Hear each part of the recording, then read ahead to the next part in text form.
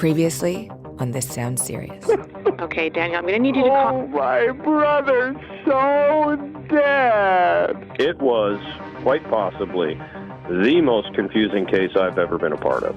When the Mandala ended, people were really upset. I mean, just losing it. The truth is, when the Chopper Q opportunity came along, everybody wanted that spot. Chuck never wanted to get mixed up with the boy band thing.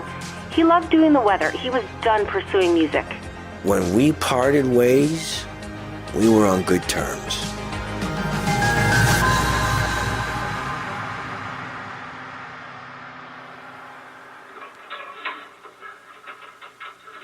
Daniel, how are you? Yes, hi. Very well, thank you. It's very nice demeanor that you would ask. I appreciate that. Yeah, so I want you to understand that you're not under arrest for anything, and you're free to go at any time. So. Okay. Well, then I'm going to just. No, I think I will step out. Well, I'd like you to stay. This is Orlando police interrogation footage of Detective Leonard Anthony and Daniel Bronstadt, captured on January 13th, 2007, the day WQOO weatherman Chuck Bronstadt's body was discovered. Daniel, when the lab comes back to me with results of what we found in Chuck's condo, I mean, potentially you're going to run out of options. Okay, and I think it's pretty clear to both of us in this room right now that you only have one option here. Yeah.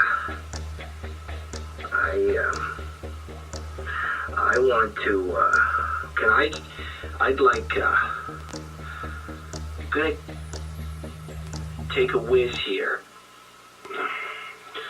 Do you need to go to the bathroom? So I'm gonna do that and take a whiz, and then I'll be right back. Detective Anthony interviewed Daniel for 8 hours that day. And in that time, he used his years of police training to try and lure the suspect closer and closer to a confession. Sure. So did Chuck ever get under your skin? Did he get under your skin? Chuck? Oh, God, yes, absolutely. I mean, for brothers, sometimes he'd just drive you so crazy you'd think of doing the worst things. But, I don't take that the wrong way, but sometimes I just wanted to kill him.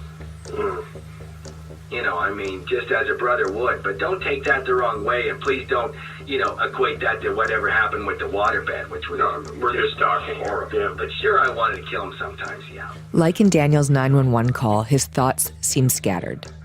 One minute he's confrontational. Well, you've been carrying your gun in that holster for the last hour. Maybe it's time I had a turn. The next he's totally cooperative. I don't know. What can I do for you? I do give a very non-sexual back rub if that's of any interest. So. Often there are prolonged silences. Awkward silences.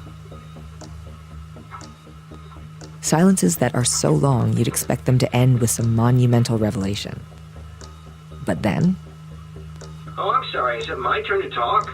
I must admit, sometimes the detective is asking some very leading questions. If Chuck didn't drown himself in his own waterbed and he lived with someone else, and that someone else was you, then there's a very high likelihood that the killer is... a ghost? I don't know. It seems far-fetched, Detective. What are we doing here, Daniel? But at the end of the interrogation, after 8 hours of quiet, intense intellectual combat, Daniel Bronstadt walked out. A free man. Detective, do you think you're getting any closer to finding the killer? Because I'd love it if we could solve this here.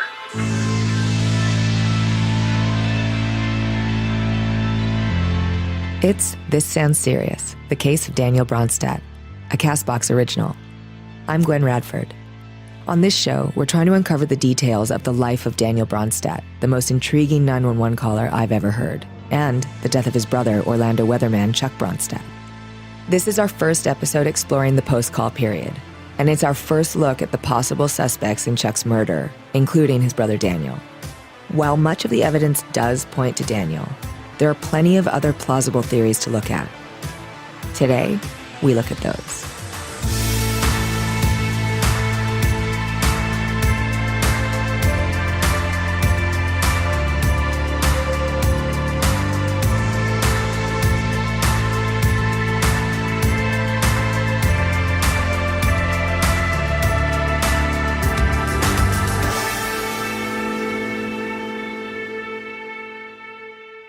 Daniel Bronstad has always denied any involvement in his brother's death.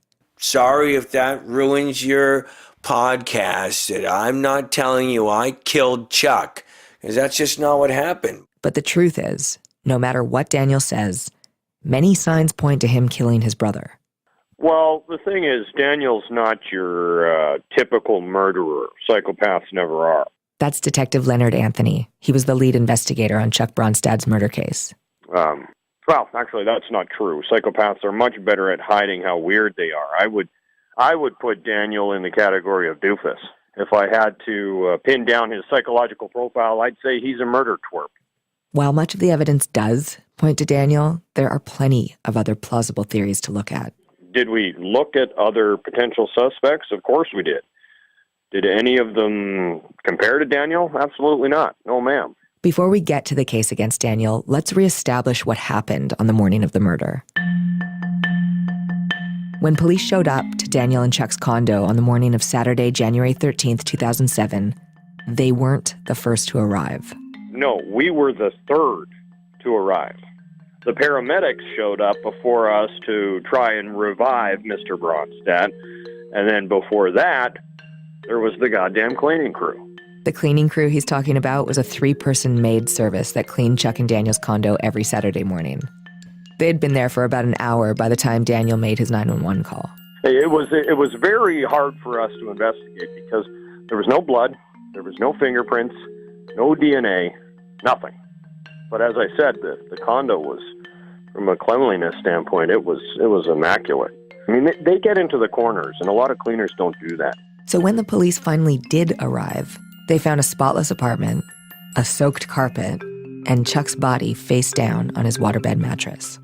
The mattress was cut with some sort of blade, and then Chuck's head was forced inside the mattress. So we believe that the mattress was held shut over his head until he drowned. That's a weird way to kill someone. I'm not even sure how it makes sense. If you cut a hole in a waterbed, you'd think the water would rush out really quickly. The whole thing might even burst. So the killer would have had to work very quickly to drown Chuck before all the water leaked out of the mattress. A little slice, then dunk him in there, then hold it shut, 2 minutes tops. I actually think about that a lot, logistically, how hard this murder would have been to commit. So we think that Chuck would have had to have been subdued at that point. There was no evidence suggesting Chuck was beaten. He wasn't knocked out with a baseball bat or anything. So the other possibility is that he was drugged. Oh, yeah, he was drugged. Yeah, he drugged himself. He'd been very stressed out at work. It had been something like 27 days of a high-pressure system, which makes for terribly boring weather reporting. So he was stressed, couldn't sleep. So the doctor gave him a prescription for sleeping pills, and, wow, did those work. I mean, good night, you were out. Sometimes I'd come into his room and start a conversation, like, man, we should really consider going on The Amazing Race. I think we'd be incredibly compelling television. Yeah, I'd get into a 10-minute conversation before I realized, well, Chuck's asleep. Didn't hear any of it. But, so the sleeping pills worked for sure. The toxicology report said he had a powerful sedative in his system, the sleeping pill. It also said that he had far above the recommended dose of ibuprofen, but it's hard to say if that was a factor. It's certainly not what killed him. Oh, yeah. Well, that was probably my backache. I used to get horrible backaches, and so I made something called a back cake, which is, traditional cake batter mixed with 2 bottles of crushed up Advil. I'd take a slice and feel nice, so I sort of had that condition after the van crash with 2+1. So Chuck, probably motivated by a late night snack, decided to go to the fridge and see what he could eat. And there it was, my back cake. And I guess, it also had a NyQuil icing on it too, so it was pretty potent. So there were no signs of struggle. Chuck was in no state to fight off his attacker. There was no sign of forced entry because the door was unlocked. And there was no DNA, no fingerprints anywhere. The apartment was spotless. Although, not the entire apartment. The cleaners didn't go into the bedrooms. Oh yeah, of course that was our policy. You know, if my door was closed at 7 a.m. on Saturday morning, GTFO, and stay TFO. I think you know what that means. You know, on Friday nights, we always left the front door open so that the cleaners should come in without disturbing me. You know, we had other rules too. Soy sauce does not go in the fridge. So, what kind of evidence did the police find in Chuck and Daniel's bedrooms? And actually, you might be wondering this too. Do twins have the same fingerprints? Twins do not have the same fingerprints. I actually had to look that up. I didn't know. But we found some of Daniel's fingerprints in Chuck's bedroom, a lot actually, but nothing around the mattress. And we found a lot of Chuck's prints in Daniel's room too. But so what? As far as evidence goes, that's pretty weak sauce, as my grandkids would say. You know, they lived there. They could put their fingers anywhere they wanted. Those were the rules in my house anyway. And from the way Daniel kept reinserting himself into his brother's life, I wouldn't be surprised to know he'd been snooping around his brother's room when Chuck wasn't home. Ultimately, there wasn't much physical evidence to build our case on, but I can tell you this much, it was Daniel. A murderer needs motive, means, and opportunity. Daniel had the means and opportunity. Nobody else was there that night, and as far as motive goes, you know who's going to kill you, Gwen? It's not going to be some stranger who sneaks into your house. It's not going to be some boogeyman. It's going to be someone close to you, someone you love. It always is. Daniel was the only person Orlando police officially pursued for Chuck's murder. I was devastated when Chuck died. You know, and to make matters worse, the police fingered me for it, you know? And they could have fingered, I don't know, at least 20 other guys, and they probably could have fingered a few women too. But for some reason, the police had zeroed in on me. But who else could have killed Chuck? Daniel has some ideas. Yeah, I've got a few of my own theories, Gwen. The way I see it, there are 5 possibilities that make sense to me. Some were cleared by police, but some weren't even investigated. Okay, let's dive in. First up, Tanner Austin. Tanner Austin here over the scene of the crime. Yeah, Tanner Austin. Absolutely, that loser helicopter reporter. Tanner Austin was the head weather reporter at WQOO in 1994, before Chuck took over. He left that post to become their action news helicopter reporter, but soon found himself dissatisfied with the position. The traffic is at a standstill once again, northbound on I-4, all the way back to... Well, it turns out there weren't quite as many violent incidents catching progress as you would like. That's Ken Shaw, the WQOO news director at the time of Chuck's death. Most days, Tanner was really just covering traffic jams. And let me tell you something, it's not the most exciting footage, you know? It's just cars sitting there. I've been looking at this same construction on the 408 interchange for the past 2 weeks. Apparently, Tanner was so unhappy as the helicopter reporter that he asked to get his old job back. But it was too late. Chuck was already a rising star. Thank you very much, Amelia. As you can see, I'm here at the Orlando International Equestrian Center. Those of you who know me know I love horses, and this is actually where I've boarded mine. Was Tanner resentful of Chuck's success? 100%. The amount of times Tanner crashed Chuck's weather updates, that boy was jealous and he was angry. If you are sailing today, now Tanner Austin's on the set. Get up, Tanner, get off the set. What are you doing? Listen, I spent 13 goddamn years in a stupid helicopter, blowing out my hearing, messing up my beautiful hair, and developing a permanent crick in my neck from looking down at traffic all day. That's Tanner Austin. And the day Chuck died, you know what I did? Before they could even get his body out of that waterbed, I walked right into that newsroom, and I demanded my old job back. Oh, yeah, he did do that. I mean, talk about inappropriate. Everyone in the office was weeping, and he comes in here and does that? Holy hell, man, pick your moment. Suspect number 2, Karen Gillespie, Chuck's ex-wife. Yeah, and she's the one. She's the one who the cops should have been fingering all along. Karen and Chuck divorced in 2000, and from the times I've spoken to her, she always seems honest. She doesn't strike me as a murderer. She's a nurse. She saves lives. She may come off a bit cold, but even when she talks about Chuck, it's with a bit of regret, but not anger. Here's the thing you gotta know about Karen. When I started handling Chuck's business affairs in the 2000s, they were already divorced, but for some reason she was still all over his policies, listed on his will as a beneficiary. So, I snipped her out. And so I took out a brand new policy for Chuck, and felt pretty good to do and to see my name on it. In fact, it felt so good, I started to do it every year. It was like an annual tradition. Oh, time to take out another policy on Chuck with my name on it. I don't know if Daniel hears how this sounds, but taking out a life insurance policy is like the number one most suspicious thing someone does if they're going to murder a family member. And Daniel took out a bunch? I had about a dozen life insurance policies on Chuck at the time of his death. And I know what you're thinking, but they don't pay out if I murder him, and so they didn't pay out. Good luck trying to convince them you didn't murder your brother after you've been charged with murder. So, I never saw any of that money at all. But the person that you need to look at is Karen. Being cut out of that will, that probably pushed her over the edge. Oh yeah, and she's also a nurse. So she knows about dying and how to make people die. Of course we looked at the ex-wife. We've always got to explore that option. That's Detective Anthony again. But I'm telling you, Gwen, she's about as big as Punky Brewster. I mean, she's a real little lady. Even with the sleeping pill in Chuck's system, she just isn't big enough to have been able to do it. Suspect number 3. The other person I might finger would be JJ from the Flesh Boys. A lot of people were fingering him at this time.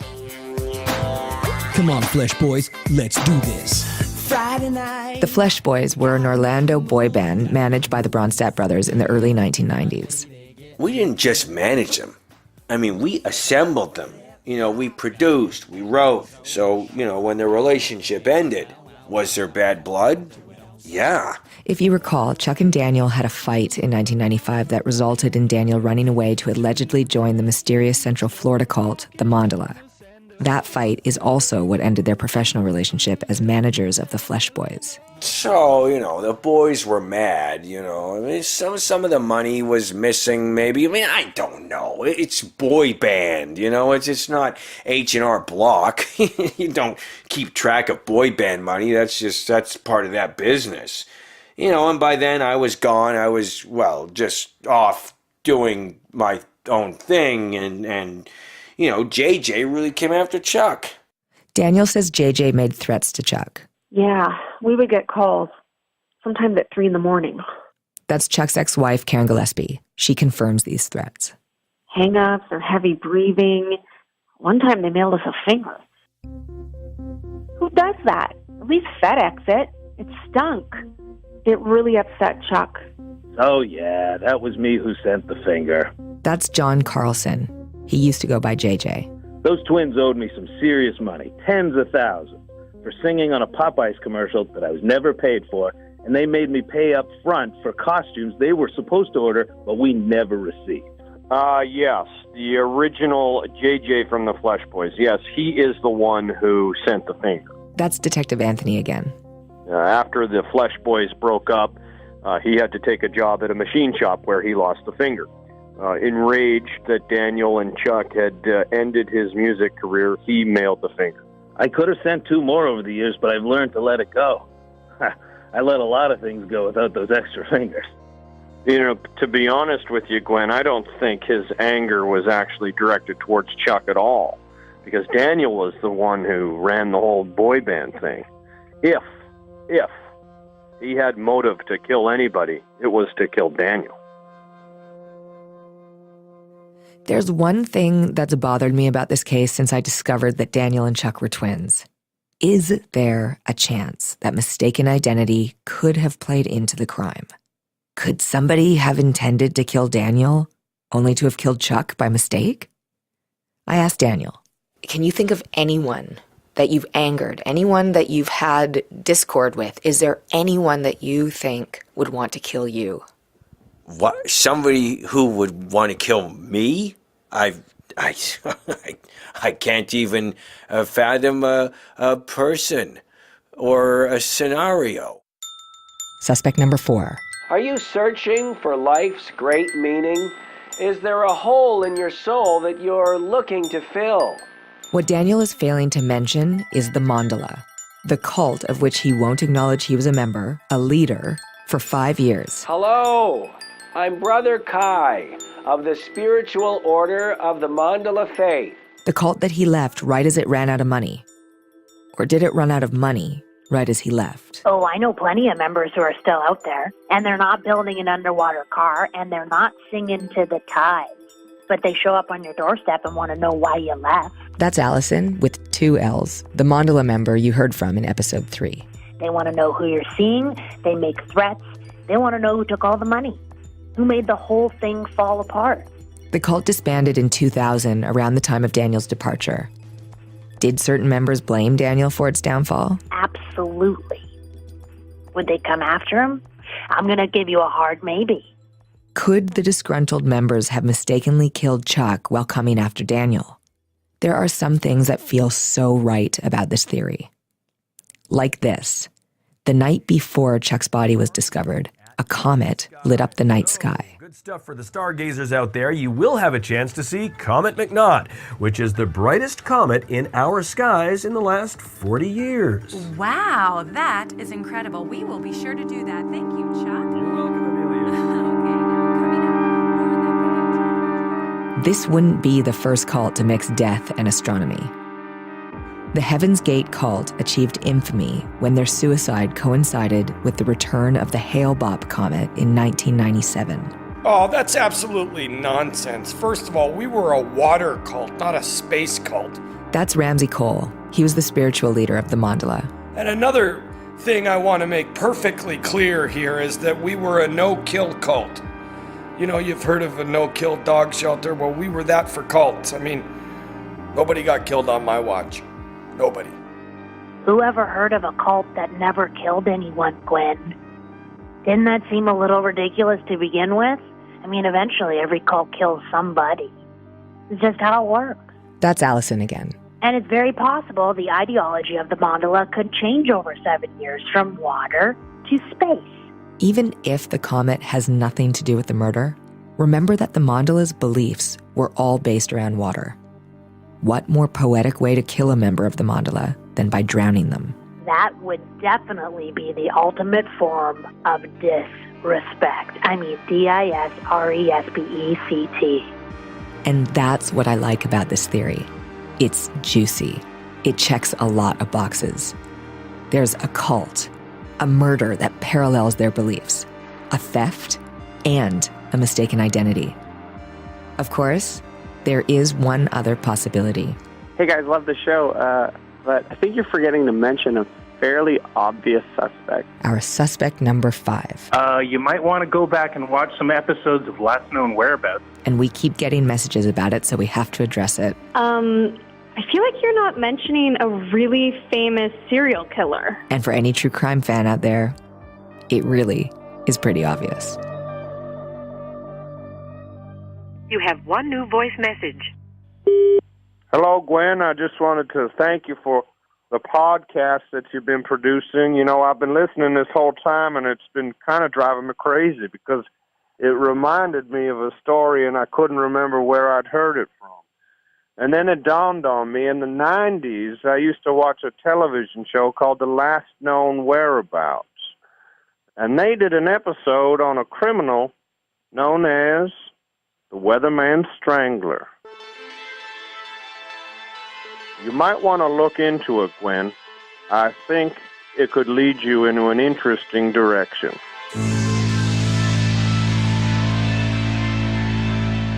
Next time on This Sounds Serious. Hey, what are you doing in my condo in New Mexico? That's the killer? I mean, come on, you can't write this stuff. Last Known Whereabouts, getting to the bottom of America's most murdered. The sun is too much. I can't take it. I will take down sun worshippers. Oh, man, I love this case.